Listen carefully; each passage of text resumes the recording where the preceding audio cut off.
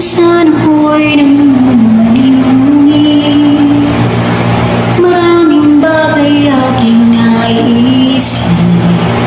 Minsan tuloy di ko na alam kung ano ang nangayon. Minsan ako'y nagtataka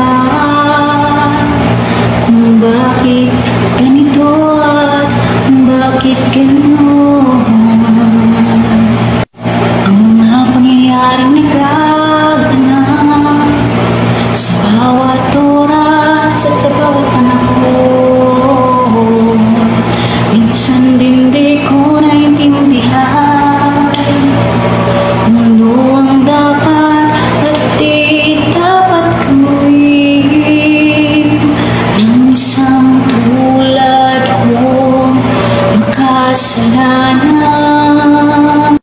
Pero nang marinig ko ang puso kong nagsabi, lumapit ka sa Panginoon.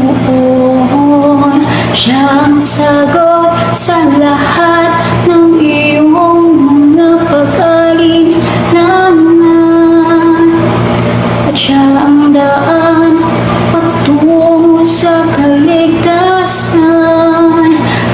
Lumapit ka sa Panginoon. Minsan din di ko maintindihan kung ano ang dapat at di dapat gawin ng isang tulad ko makasalanan.